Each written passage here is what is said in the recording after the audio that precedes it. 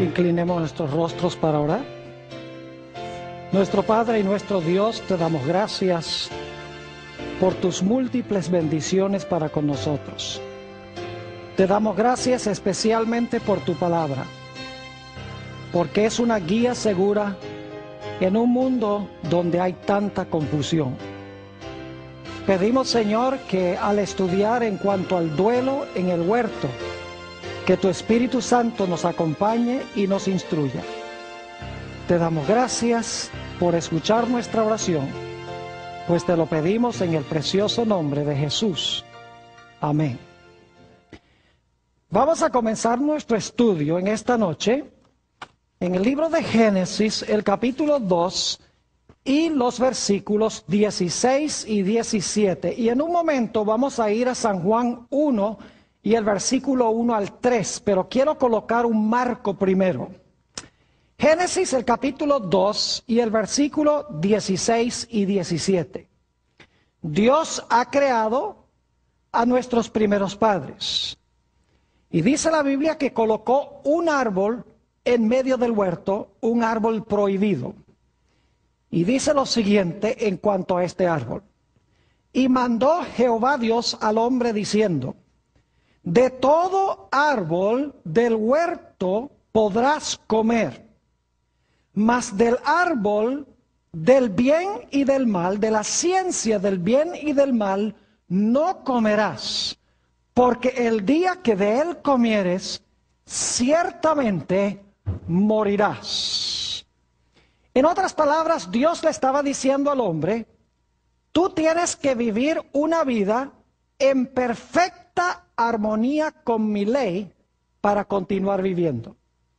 El día que tú desobedezcas mi ley, y ya hemos visto que todos los 10 mandamientos estaban contenidos en este solo mandato de Dios, Dios le dijo al hombre: si tú llegas a comer del árbol, eso es pecado y te va a traer la muerte. Es decir, obedece y vivirás, desobedece y morirás. Ahora sí vamos al Evangelio según San Juan, el capítulo 1 y los versículos 1 al 3. San Juan, el capítulo 1 y los versículos 1 al 3. Habla aquí en cuanto a Jesús, cómo fue él antes de la creación. Y vamos a leer en unos momentos más adelante en el capítulo un versículo, el versículo 14, sobre la encarnación de Jesús. Dice en San Juan 1 y el versículo 1, en el principio era el Verbo, y el Verbo era con Dios, y el Verbo era Dios. No era miembro de nuestra familia, ¿verdad? Era miembro de la familia de Dios. Nosotros somos seres humanos. Versículo 2. Este era en el principio con Dios. Y ahora escuchen bien. Todas las cosas por Él fueron hechas, y sin Él nada de lo que ha sido hecho fue hecho. ¿Quién fue el creador de todas las cosas? Jesús. Es decir, el creador de Adán y Eva fue Cristo Jesús. Y al leer el relato bíblico nos damos cuenta que aunque Jesús fue el creador, Él colocó a Adán y Eva en un huerto y colocó a Adán como el padre y representante de la raza humana. Es decir, colocó a Adán como el rey sobre el planeta Tierra. Vamos a leer eso de nuevo, como ya lo hemos leído, en el libro de los Salmos, el Salmo 8 y los versículos 3 al 5. Salmo 8, 3 al 5. Aquí dice el salmista David, en el Salmo 8 y el versículo 3 al 5, cuando veo tus cielos, obra de tus dedos, la luna y las estrellas que tú formaste, digo, ¿qué es el hombre para que tengas de él memoria, y el hijo del hombre para que lo visites? Le has hecho poco menor que los ángeles, y lo coronaste de gloria y de lustre. Fíjense que Adán fue coronado de gloria y lustre. Los reyes usan coronas, ¿verdad? Versículo 6. Le hiciste señorear, es decir, lo pusiste a reinar sobre las obras de tus manos. todo lo pusiste debajo de sus pies. Es decir, aunque Jesús fue el creador, Él colocó a Adán como el rey sobre el planeta Tierra. Y era el plan de Dios de que Adán y sus descendientes viviesen para siempre. Pero luego vino la tragedia del pecado. Y como hemos leído en el Evangelio según San Lucas, el capítulo 4 y los versículos 5 al 7, un nuevo poder llegó a controlar al planeta Tierra.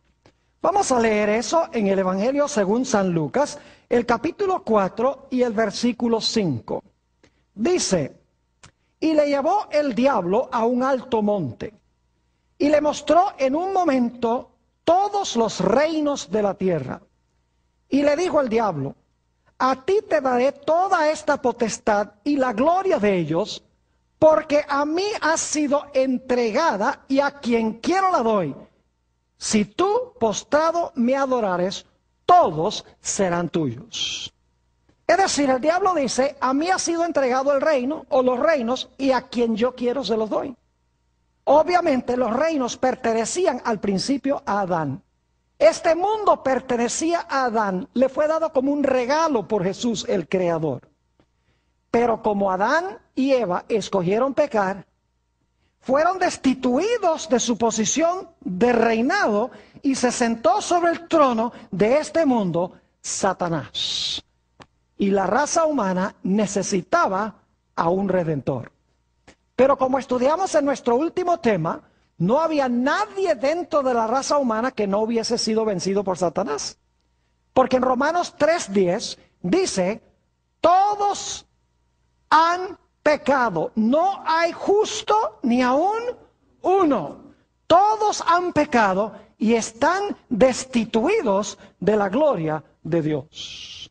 Es decir, el plan original de Dios era que el hombre fuese rey, que su territorio fuese el planeta Tierra y viviese para siempre.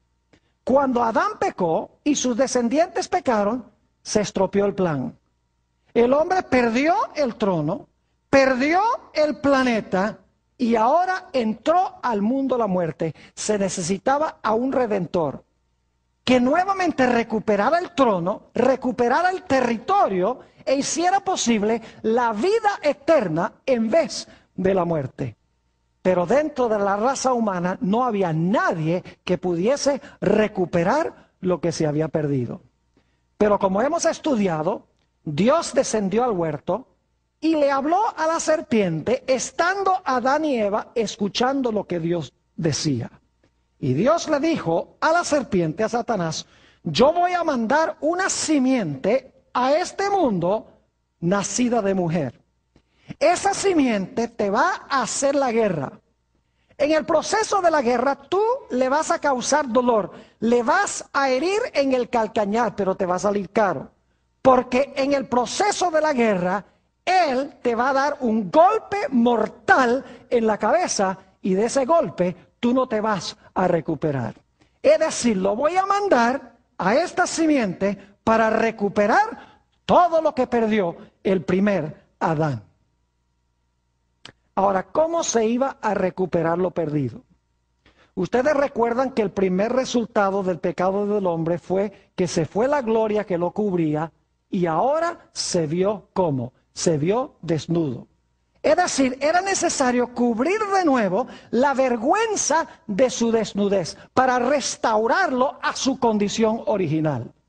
La pregunta clave es: ¿cómo podía restaurarse el hombre a la condición original en la cual se encontraba? Génesis 3:21 tiene la respuesta. Vayan conmigo a Génesis 3:21, lo hemos leído de nuevo. Este repaso es vital para lo que vamos a estudiar en nuestro tema de hoy. Dice allí en el versículo 21, y Jehová Dios hizo al hombre y a su mujer túnicas de pieles y los vistió. ¿Qué hizo Dios para Adán y Eva? ¿Túnicas de qué? Túnicas de pieles y los vistió. Ahora, hay 4 puntos claves que quiero recalcar en este versículo. Número 1, Adán y Eva estaban desnudos como resultado de su pecado. En segundo lugar, se escogieron probablemente 2 corderos, o por lo menos 2 animales perfectos sin defecto. Y luego esos animales perfectos y sin defecto fueron muertos. Para conseguir la piel de un animal hay que matar al animal. Y luego, después que muere ese cordero o ese animal perfecto o esos animales perfectos, porque eran 2 pecadores, se tomaron las pieles y se formaron vestiduras para cubrir la vergüenza de la desnudez de Adán y Eva. El diablo es un ser muy perspicaz e inteligente. No cabe duda que el diablo estaba mirando lo que estaba sucediendo. Y estaba pensando, cuando el hombre pecó, cuando quebrantó la ley de Dios, perdió su trono, perdió su territorio, entró la muerte, quedó desnudo. Pero ahora yo veo que Dios manda al hombre a escoger 2 corderos perfectos. Esos 2 corderos perfectos luego son sacrificados, mueren. Y luego entonces se toman las pieles y con las pieles se cubre la vergüenza de la desnudez del hombre. Y Satanás está pensando, yo creo que yo sé lo que va a hacer Dios. Dios va a mandar a la simiente de la mujer y la simiente de la mujer va a vivir una vida perfecta. Ese cordero representa al que va a venir. Y como el cordero era perfecto, él va a vivir una vida perfecta. Y después de vivir una vida perfecta, él va a morir. Y por su muerte, de alguna manera, se va a cubrir la vergüenza de la desnudez del hombre. Dios va a restaurar al hombre a su condición original, tapándole la vergüenza de su desnudez. Es decir, tenemos aquí la primera promesa de salvación que involucraba un cordero perfecto, la muerte del cordero perfecto para cubrir la vergüenza de la desnudez del pecado del hombre. Como les mencioné en San Juan 1:14, encontramos el momento en que la simiente escogió encarnarse en la raza humana. Dice allí en San Juan, el capítulo 1 y el versículo 14, que aquel verbo fue hecho carne y habitó entre nosotros. Es decir, aquel que pertenecía a la familia de Dios, el verbo, quien era ya en el principio. Llegó un momento en que él escogió incorporarse dentro de la raza humana para rescatar lo que nuestros primeros padres y la raza humana habían perdido. Pero qué forma tan extraña de llegar al campo de batalla. Nacer en un mundo controlado por el rebelde. Naciendo en un mundo como un bebé indefenso. Con el propósito, en primer lugar, de vivir una vida perfecta. Y después de vivir una vida perfecta, sin cometer pecado ni una sola vez, entonces morir por los pecados de la raza humana. Es decir, Jesús vino a este mundo con 2 propósitos principales. Vino para vivir una vida perfecta y vino para morir. Vino para vivir la vida perfecta que nosotros debemos vivir. Y vino para morir la muerte que nosotros, por causa del pecado, debemos de morir. Vino a vivir por nosotros y Jesús vino también a morir por nosotros. Vino a tomar nuestro lugar, en otras palabras. Y alguno dirá, pero pastor, ¿cómo podía Jesús tomar el lugar de todos nosotros? Es muy sencillo. Cristo nos creó a todos. Y por si acaso algunos dicen, no, a mí no me creó Jesús, porque yo nací después de mi mamá. Yo le voy a recordar que usted vino de su mamá, es verdad. Su mamá vino de la mamá de ella, es verdad. La mamá de ella vino de la mamá de ella. Pero si van hacia atrás, hasta el principio, ¿a dónde llegan? Llegan a nuestros primeros padres, Adán y Eva. Es decir, que cuando Jesús creó a Adán y Eva, creó a toda la raza humana y solo el que creó a todos podía ofrecerse en lugar de todos. Un ser humano común y corriente no podía, porque él solo era un individuo, no creó a todos. Jesús, cuando creó a la raza humana, se hizo responsable por la raza humana. Ahora es interesante notar que en Éxodo 12 y el versículo 5, nos habla del cordero que se ofreció en el tiempo de la Pascua, cuando Israel fue librado de Egipto. Vamos a notar eso, Éxodo el capítulo 12 y el versículo 5. Y quiero que noten qué interesante las características de este cordero. Nuevamente, Éxodo 12 y el versículo 5. Dice, el animal será sin qué, sin defecto. Macho de un año, cuando dice macho de un año significa un cordero joven, es decir, iba a morir el cordero joven y el cordero iba a ser sin defecto. Dice, lo tomaréis de las ovejas o de las cabras. Es decir, el cordero antes de ofrecerse tenía que ser perfecto y luego cuando se cercioraban de que era perfecto, entonces podía ser ofrecido en sacrificio. Ahora yo pregunto, ¿qué representaba ese cordero sin defecto que era sacrificado no solo en la Pascua, sino también en el servicio del santuario? Primera de Pedro, el capítulo 1 y el versículo 18 hasta el versículo 20 nos tiene la respuesta a esta pregunta. Primera de San Pedro, el capítulo 1 y los versículos 18 al 20.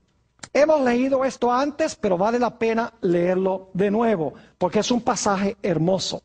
Dice allí lo siguiente, sabiendo que fuisteis rescatados de vuestra vana manera de vivir, la cual recibisteis de vuestros padres, no con cosas corruptibles como oro o plata, sino con la sangre preciosa de Cristo. ¿Fuimos redimidos con qué?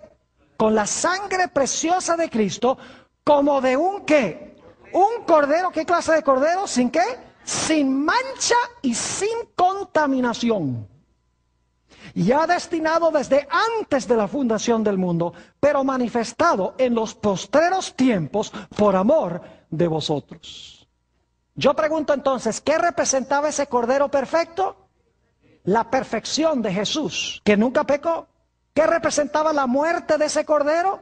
Representaba la muerte de Jesús. Es decir, Jesús vino a vivir una vida perfecta en armonía con la ley y vino a morir la muerte que yo debo sufrir. Vino a vivir la vida que debo vivir y vino a morir la muerte que yo debo morir por causa del pecado. Porque Él tomó sobre sí mismo nuestros pecados. Ahora yo quiero que ustedes se imaginen cómo habrá sido eso para Jesús. Imagínense ustedes que Jesús estuvo en esta tierra 33 años, desde el momento cuando escogió encarnarse para salvarnos. El diablo sabía a dónde se iba a encarnar y cuándo aproximadamente se iba a encarnar. Y el diablo se propuso de que él iba a acechar a Jesús 24 horas al día, 7 días a la semana, 365 días al año. Es decir, no iba a dejar en paz a Jesús ni por un instante. Y el objetivo de Satanás era muy sencillo. Él sabía que Jesús había venido para vivir una vida perfecta. Así que él dice, yo no puedo permitir que viva una vida perfecta. Tengo que infectarlo con el virus del pecado. Y en segundo lugar, el diablo sabía que Jesús había venido para morir por el pecado. Y por lo tanto el diablo dice, yo no puedo permitir que Jesús ofrezca su vida por el pecado. Y tal vez esto les sorprenda.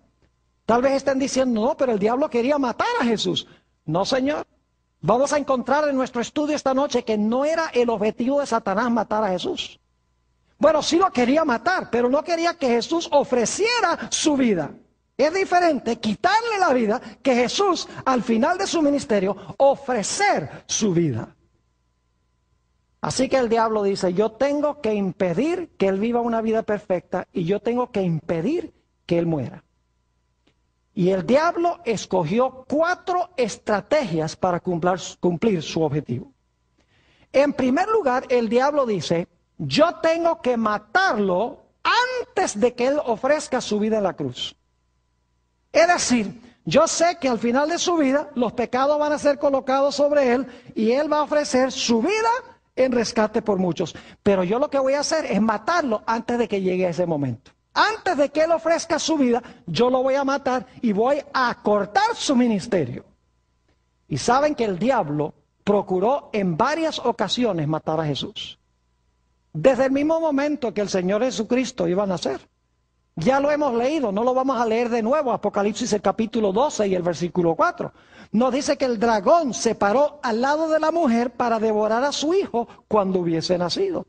Es decir, el diablo sabía que Jesús había venido.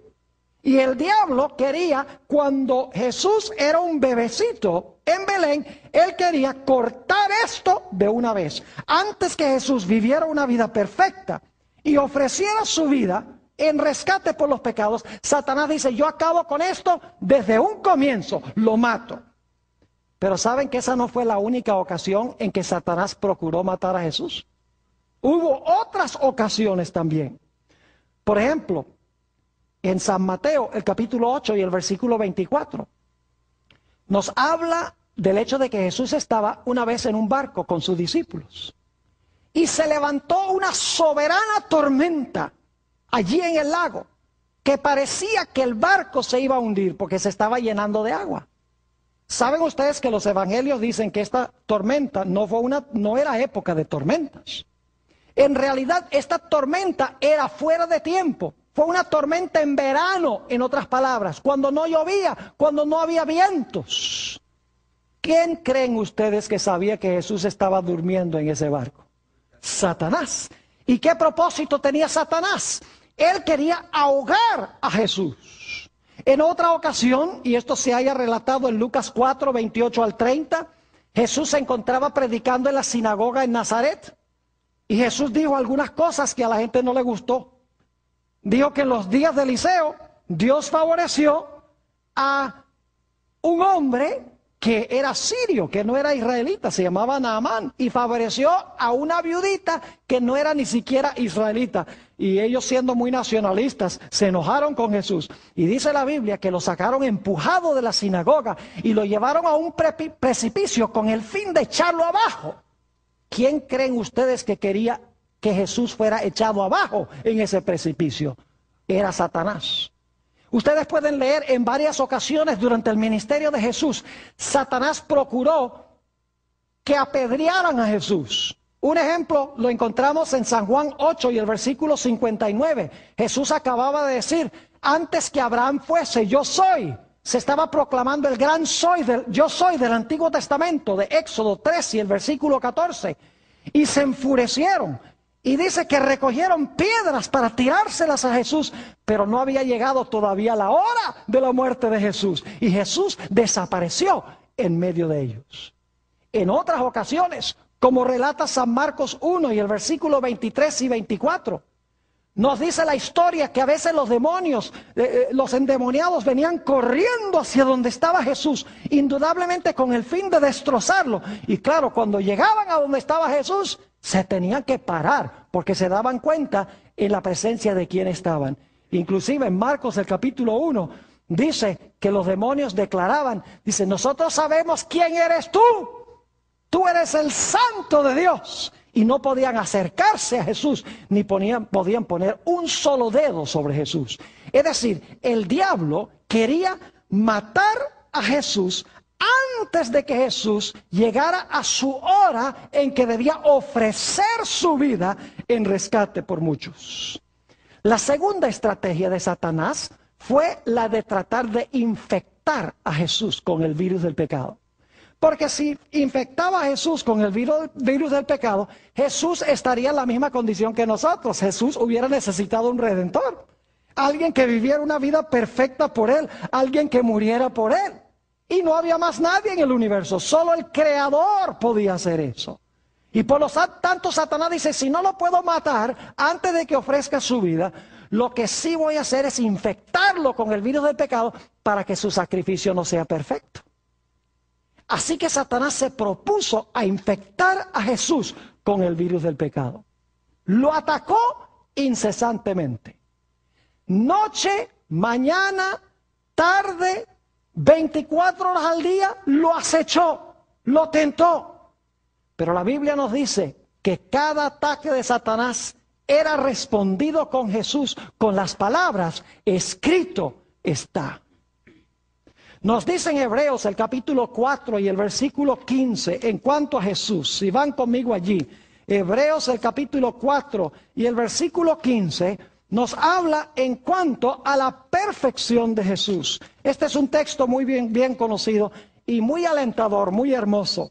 Dice allí en el versículo 15, porque no tenemos un sumo sacerdote que no se pueda compadecer de nuestras debilidades, sino uno que fue tentado en todo según nuestra semejanza, ¿pero qué? Pero sin pecado.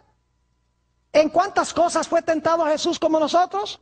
En todo como nosotros, pero nunca ¿qué? Nunca pecó. ¿Saben que esto es una cosa increíble, que Jesús haya podido vivir 33 años en el planeta Tierra y nunca haya caído en pecado, ni en pensamiento, ni en acción? Y alguna persona dice, pero pastor, si Jesús no pecó, ¿cómo me puede entender si yo peco? Pues yo doy gracias a Dios de que Jesús no pecó para entenderme, para entender mi situación. Déjenme darles una ilustración. Si ustedes se están hundiendo en arena movediza, ¿qué preferirían? ¿Preferirían tener a otra persona en la arena con ustedes simpatizando con lo que están pasando? ¿O preferirían tener a alguien en tierra seca, en tierra firme, que pueda lanzarles la soga para sacarlos? Yo preferiría tener a alguien en tierra sólida con una soga para sacarme. Si Jesús hubiera pecado, Él hubiera estado en la arena hundiéndose con nosotros y no podría habernos salvado. Note lo que dice Primera de San Juan, el capítulo 3 y el versículo 5 en cuanto a Jesús. Dice, sabemos que Él apareció para quitar nuestros pecados y no hay pecado en Él. ¿A qué vino Jesús? A quitar nuestros pecados. ¿Y qué? Y no hay pecado en Él. Note lo que dice Primera de San Pedro, el capítulo 2 y el versículo 22. Declara esto en cuanto a Jesús, el cual no hizo ¿qué? No hizo pecado, ni se halló engaño en su boca. El testimonio del Nuevo Testamento es que aunque Satanás se lanzó con todas sus fuerzas en contra de Jesús, el Señor Jesucristo resistió cada ataque de Satanás y nunca pecó. Es decir, Jesús era un cordero perfecto, sin mancha, sin mácula, sin defecto. Y por eso podía ofrecer un sacrificio perfecto por nuestros pecados. Así que el diablo no pudo matarlo antes que llegara su hora. El diablo no pudo infectar a Jesús con el virus del pecado. Pero un tercer método que usó Satanás fue tratar de desviar a Jesús de la misión que él vino a cumplir. Ahora, quiero explicarles lo que quiero decir. El diablo constantemente procuró desviar a Jesús del camino de la cruz.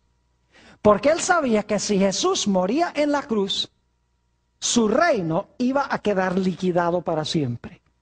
Así que Satanás dice, yo tengo que convencer a Jesús de que adopte cualquier otro plan.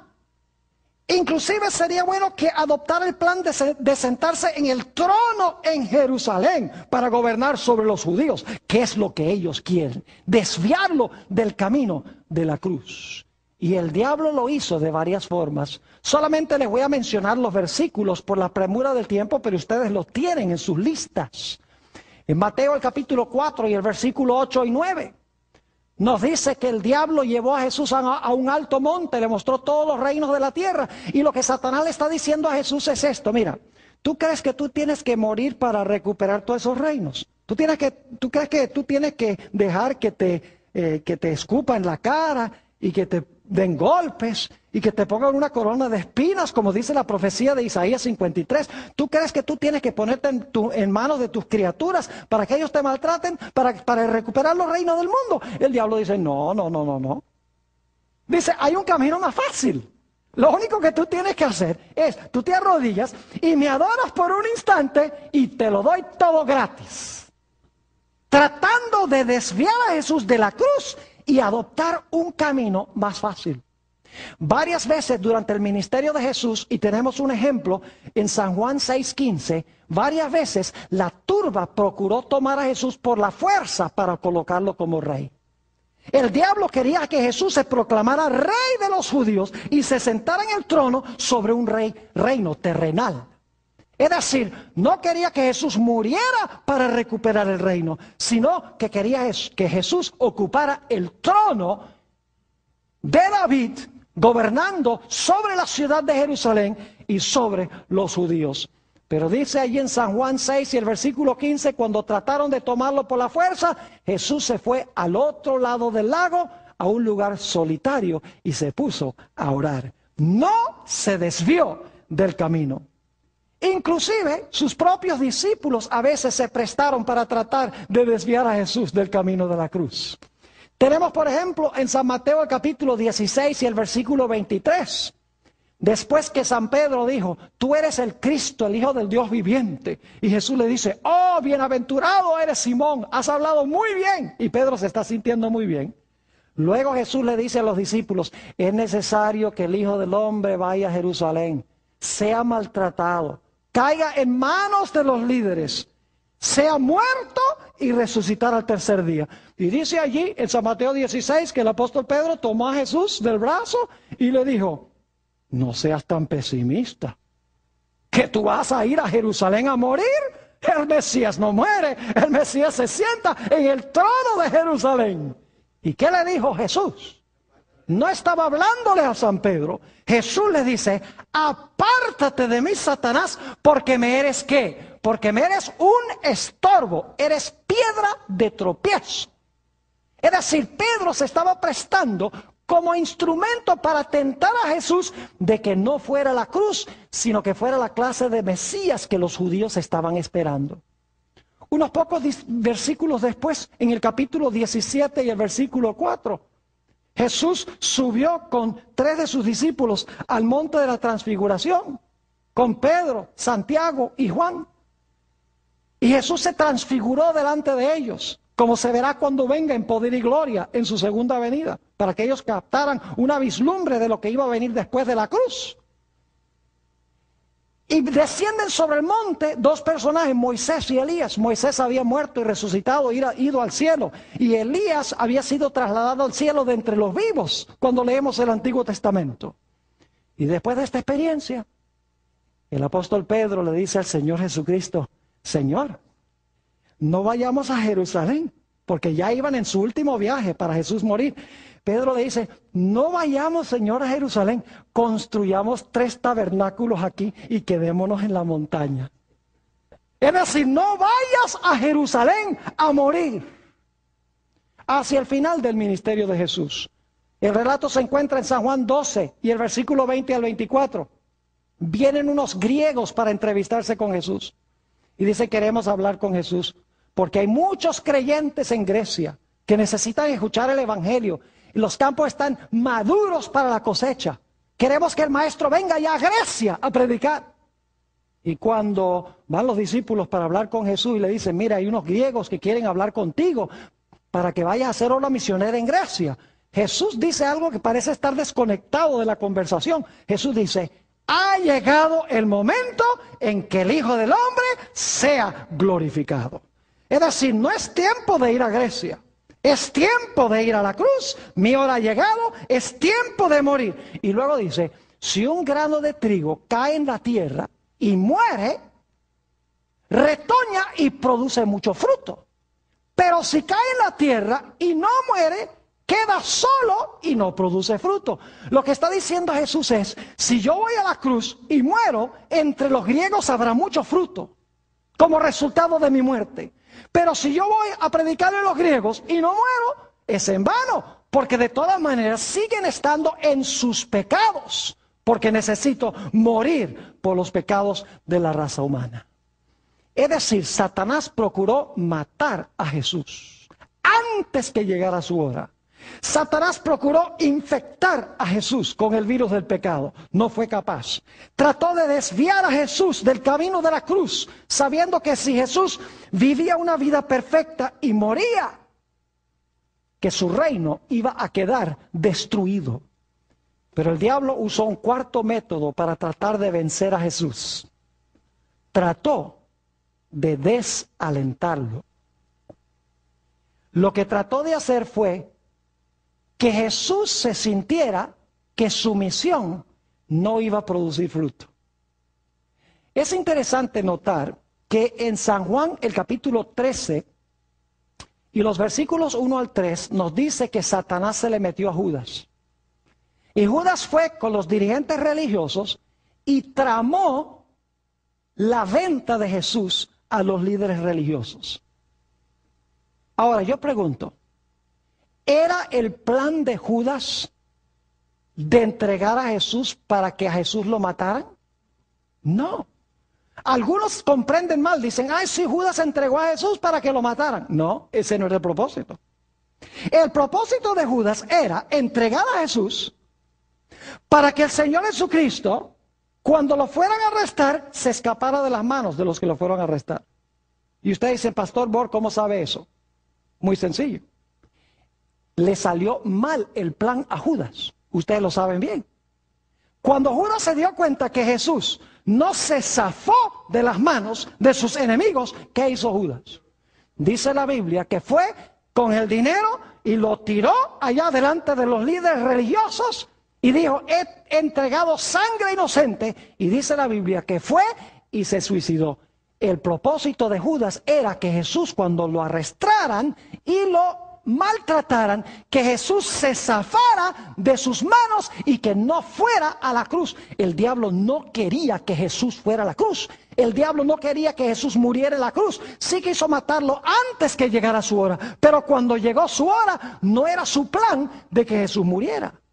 Y algunos dicen, pero Pastor Bor, entonces, ¿por qué razón el diablo llevó a la gente a abofetear a Jesús y a escupirle en el rostro y a azotarle la espalda y ponerle una corona de espinas? ¿Y por qué? ¿Por qué Satanás influyó sobre la gente para que le clavara las manos en la cruz y los pies si el diablo no lo quería matar? ¿Saben cuál era la intención de Satanás? La intención de Satanás era que, causándole este sufrimiento a Jesús, que Jesús se vengara de los que le estaban haciendo esto. Que Jesús se escapara de sus manos, en otras palabras, y que no muriera, sino que se vengara, y de esta manera quedaría destruido el plan de la salvación. El diablo procuró por todos los medios desalentar al Señor Jesucristo.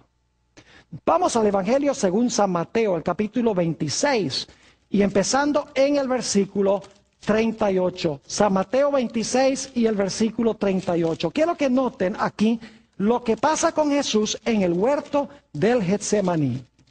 Mateo, el capítulo 26, y voy a leer empezando en el versículo 38. Entonces Jesús les dijo, mi alma está muy triste hasta la muerte. Quedaos aquí y velad conmigo. ¿Qué le dice a sus discípulos? Estoy muy triste. Quédense aquí y velen un rato. Quédense despiertos y velen conmigo. Versículo 39. Yendo un poco adelante, se postró sobre su rostro, orando y diciendo, ahora escuchen esto, Padre mío, si es posible, pase de mí esta copa, pero no sea como yo quiero, sino como tú. ¿Qué tenía Jesús en la mano? Una copa. ¿Y qué le está rogando a su Padre? Que esa copa, ¿qué? Pase. Jesús oró esta oración 3 veces. Noten el versículo 42. Otra vez fue y oró por segunda vez diciendo, Padre mío, si no puede pasar de mí esta copa sin que yo la beba, hágase tu voluntad.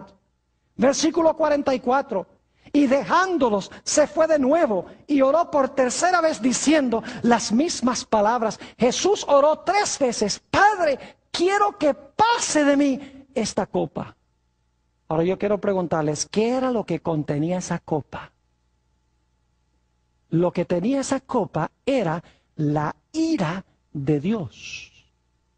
La ira de su Padre contra el pecado.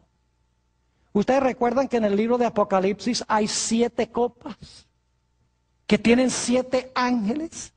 ¿Y de qué están llenas las copas? Dice que las copas están llenas de la ira de Dios.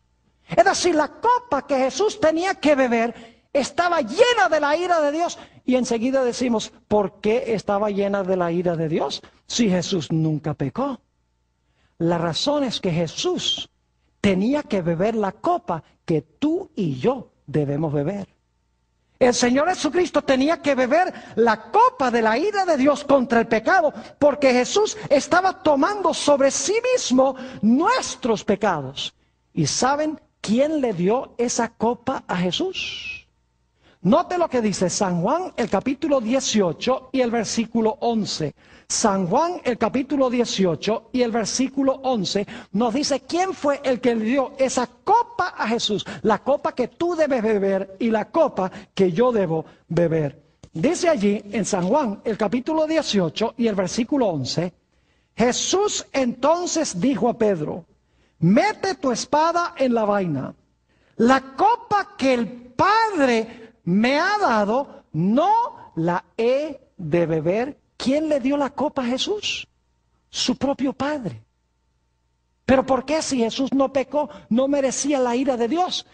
Mis queridos hermanos y amigos, es porque Jesús estaba bebiendo la copa de la ira de Dios contra el pecado que debo beber yo. Él estaba colocándose en mi lugar. Él vivió la vida perfecta que yo debo vivir, que no vivo, y Él estaba sufriendo la muerte por mis pecados. Es tan terrible el sufrimiento de Jesús que leemos en el Evangelio según San Lucas, el capítulo 22 y el versículo 44. Si van conmigo allí, San Lucas, el capítulo 22 y el versículo 44, que dice que el Señor Jesucristo sudaba grandes gotas de sangre. Dice allí, y estando en agonía, oraba más intensamente, y era su sudor como grandes gotas de sangre que caían hasta la tierra. ¿Cuánta agonía debe estar sufriendo una persona que en vez de sudar sudor, sude gotas de sangre? Saben que posiblemente muchos de ustedes han visto esa película, La Pasión del Cristo, de Mel Gibson. Esa película lo que enfatiza mayormente, según me dicen, es la violencia física que sufrió Jesús. Pero la violencia física que sufrió Jesús no fue nada comparado con su agonía espiritual y mental. Porque el Padre estaba colocando sobre Jesús todos los pecados de la raza humana. Los que se han cometido, los que se estaban cometiendo y los que había todavía por cometer. Jesús estaba cargando todos los pecados de la raza humana, castigado por su propio Padre, bebiendo la copa de la ira de Dios. Nos dice en San Lucas 22:53 que esta fue la hora de la potestad de las tinieblas. Es decir, Satanás estaba torturando a Jesús.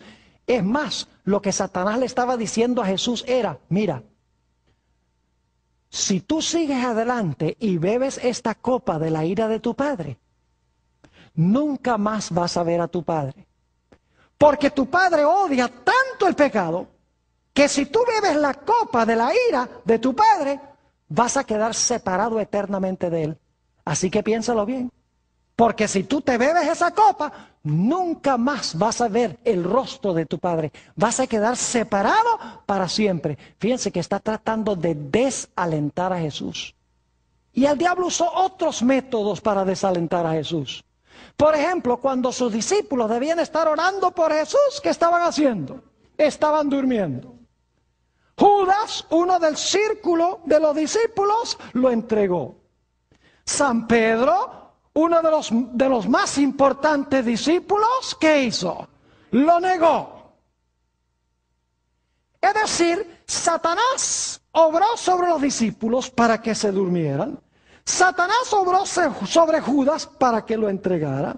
Obró sobre Pedro para que Pedro lo negara 3 veces. Obró sobre la turba para que le escupieran en el rostro, para que lo abofetearan, para que le pusieran una corona de espinas. Todo con el propósito de que Jesús se desalentara. El propósito era decirle a Jesús: mira, lo que tú estás haciendo de nada vale. Uno de tus discípulos te entrego, a ese no lo vas a salvar. Otro discípulo tuyo, Pedro, 3 veces te negó, y la tercera vez con malas palabras. Cuando tú necesitabas las oraciones de tus discípulos, todos se durmieron. Mira, el pueblo que viniste a salvar, mire cómo te están escupiendo en el rostro. Cómo te están pegando. Cómo te están colocando una corona de espinas en la cabeza. Cómo te colocan, cómo te hieren la espalda con azotes. Dice, ¿a quién tú vas a salvar? La obra que tú estás haciendo es en vano. Tú no vas a salvar a nadie, ni siquiera tú mismo te vas a salvar. Porque el pecado que tú estás cargando es tan terrible que nunca más vas a ver el rostro de tu Padre. Lo que Satanás le estaba diciendo a Jesús era: vete al cielo a donde te aprecian antes que sea demasiado tarde. Estaba tratando de desalentarlo de ir a la cruz y morir. Y es más, es interesante notar que cuando Jesús estaba colgando en la cruz, si van conmigo a San Mateo 27, van a encontrar algo muy interesante. San Mateo, el capítulo 27 y el versículo 41 al 43. ¿Ustedes creen que el diablo quería que Jesús muriera en la cruz? Noten el versículo 41. De esta manera también los principales sacerdotes, escarneciéndole con los escribas y los fariseos y los ancianos, decían: a otros salvó, a sí mismo no se puede salvar. Si es el rey de Israel, ¿qué dicen? Descienda ahora de la cruz y creeremos en él. ¿Qué quería Satanás que hiciera Jesús? Que descendiera de la cruz.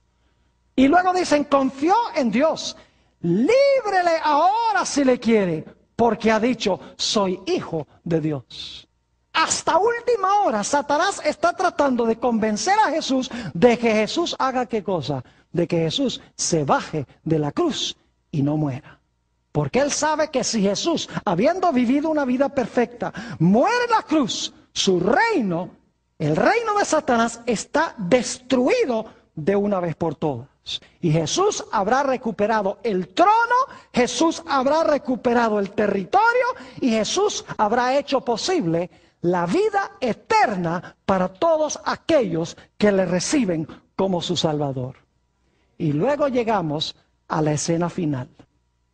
Note lo que dice San Juan, el capítulo 8 y el versículo 29. San Juan, el capítulo 8 y el versículo 29. Esto es durante el ministerio de Jesús. Y fíjense qué interesante. Aquí dice el Señor: porque el que me envió, conmigo está. No me ha dejado solo el Padre, porque yo hago siempre lo que le agrada. Es decir, el Padre siempre está conmigo. El Padre nunca me ha dejado solo. Cuán diferente cuando Jesús estaba en la cruz del Calvario. La copa de la ira de Dios que estaba bebiendo le dio el sentido de que su Padre lo había desamparado. Por eso, en San Mateo, el capítulo 27 y el versículo 46, Jesús habla esas palabras terribles desde la cruz. Dice, Dios mío, ¿por qué me has desamparado? Fíjense que durante su ministerio dice, el Padre no me ha dejado solo porque yo siempre hago lo que le complace. Cuando está en la cruz, el Señor Jesucristo dice, Dios mío, ¿por qué me has desamparado? La ira de Dios contra el pecado es tan terrible que Jesús piensa que nunca más verá el rostro reconciliador de su propio Padre. Y luego llega el momento final en la cruz. Después que Jesús dice, Dios mío, ¿por qué me has desamparado? sufriendo las terribles y crueles tentaciones de Satanás, diciéndole, bájate de la cruz, porque si no, nunca más vas a ver el rostro de tu Padre. El Señor Jesucristo dice en alta voz, una voz que llevó a la tierra a temblar, dijo, consumado es. Eso es lo que se prometió en Génesis 3:15. He terminado la obra de la salvación. Le he dado el golpe mortal a Satanás en la cabeza. Consumado es. Y luego las últimas palabras que Jesús pronunció en la cruz fueron, y se encuentran en San Lucas 23:46, le dice a su Padre, Padre, en tus manos encomiendo mi espíritu. Y dice que habiendo encomendado su espíritu a su Padre, vamos a estudiar más adelante lo que significa, Padre, en tus manos encomiendo mi espíritu. Lo que Jesús estaba diciendo es, Padre, preserva mi vida, porque tú has prometido que si yo bebo la copa, que si yo soy fiel, tú me vas a resucitar de los muertos. Preserva mi vida, en tus manos encomiendo mi espíritu. Fíjense que Jesús vivía por fe en su Padre. Aunque se sentía desamparado de su Padre, ese era su sentir, sus emociones le decían, Satanás le susurraba, tu Padre te ha dejado porque estás cargando los pecados de la raza humana, no lo hagas, vete mientras puedas. Mientras que sus emociones y sus pensamientos están diciendo eso, Jesús en su mente dice, mi Padre me ha dicho que si yo soy fiel, que si yo ofrezco mi vida, que si yo me mantengo firme, que Él me va a resucitar de los muertos el tercer día. Y por lo tanto, aunque se siente desamparado, dice, Padre, en tus manos encomiendo mi espíritu. Y dice la Biblia que habiendo dicho estas palabras, inclinó la cabeza y expiró. Ahora Satanás dice, mi reino se acabó. Porque vivió una vida perfecta que le puede ofrecer a cada persona que lo reciba. Y murió la muerte que todos deben sufrir. Es decir, la vida perfecta que exige la ley, Él la vivió. Y la muerte que exige la ley por paga del pecado, Él la murió. Y cualquiera que lo reciba, la vida de Él está en lugar de la vida pecaminosa. Y la muerte de Él está en lugar de la muerte suya. El diablo sabía que había perdido en la gran batalla entre el bien y el mal. Pero el diablo no estaba por darse por vencido. La Biblia nos dice que él colocó una guardia romana, influyó sobre Pilato para colocar una guardia romana delante del sepulcro. Influyó para que pusieran una gigantesca piedra enfrente de la entrada del sepulcro. E indudablemente también colocó allí a sus más poderosos y mejores demonios para vigilar el sepulcro. Porque él sabía que Jesús había profetizado que iba a resucitar el tercer día. Claramente, cuando van los judíos para decirle a Pilato que ponga una guardia romana, dice, es porque este individuo dijo que iba a resucitar el tercer día. El diablo conocía las profecías. Me imagino a todos los demonios que estaban allí presentes, los soldados romanos, la piedra en la entrada, y el que había vivido la vida perfecta por nosotros y había muerto, la muerte que nosotros debemos sufrir dentro del sepulcro. Cuando muy temprano, el primer día de la semana, descienden dos ángeles poderosos del cielo. Uno de los ángeles se para afuera del sepulcro, el otro se sienta. Y dice, habiendo quitado la piedra, dice, ¡oh Hijo de Dios! Tu Padre te llama. Y pueden ustedes imaginarse la conmoción que hubo. De repente se ve movimiento dentro del sepulcro. Y sale por la entrada del sepulcro, habiéndose quitado los lienzos, o habiéndole el ángel probablemente quitado los lienzos de Jesús, y habiendo Jesús doblado los lienzos, según dice la Biblia, Ahora sale Jesús del sepulcro diciendo, yo soy la resurrección y la vida. Los soldados romanos caen como muertos. La piedra no pudo mantener al príncipe de la vida en el sepulcro. Indudablemente los demonios salieron corriendo, porque el dador de la vida había salido del sepulcro. ¿Y saben lo que es interesante? No salió solo. Nos dice en San Mateo, el capítulo 27 y el versículo 51 al 53, que cuando Jesús resucitó, salieron con Jesús una multitud de personajes que habían muerto antes que Jesús. Y saben que estos personajes eran una pequeña muestra de aquel gran día cuando venga Jesús para resucitar a todos los muertos en Cristo Jesús. Mis apreciados hermanos y hermanas, visitas, los que están viendo vía satélite y por televisión, qué gloriosa victoria ganó el Señor Jesucristo sobre Satanás. Se cumplió Génesis 3:15. Jesús le dio un golpe mortal en la cabeza. Satanás solamente le pudo herir el calcañar. Lo único que resta es ver quién recibirá el regalo que ofrece Jesús. ¿Quién recibirá a Jesús para que pueda ser salvo?